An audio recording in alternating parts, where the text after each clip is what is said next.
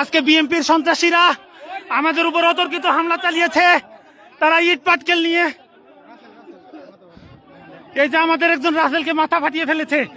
আমরা এই বিএনপির সন্ত্রাসীদের কর্তৃক আক্রান্ত। তারা আমাদের উপর হামলা করেছে, অতর্কিত হামলা চালিয়েছে। সারা মাঠে বিএনপির সন্ত্রাসীরা পুলিশ ফোর্স থাকা সত্ত্বেও বিএনপির সন্ত্রাসীরা আমাদের উপর ইট পাটকেল লাঠিপেটা নিয়ে পূর্ব পরিকল্পিত ভাবে আমাদের উপর হামলা চালিয়েছে। আমরা তীব্র নিন্দা ও প্রতিবাদ জানাই।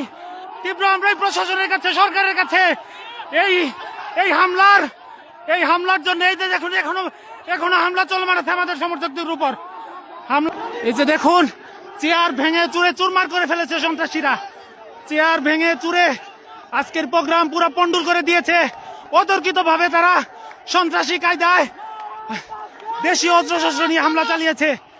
তারা লাঠি সোটা নিয়ে ইট পাটকেল নিয়ে আমাদের উপর হামলা চালিয়েছে। চেয়ার ভেঙে পুরা প্যান্ডেল ভেঙে তছনছ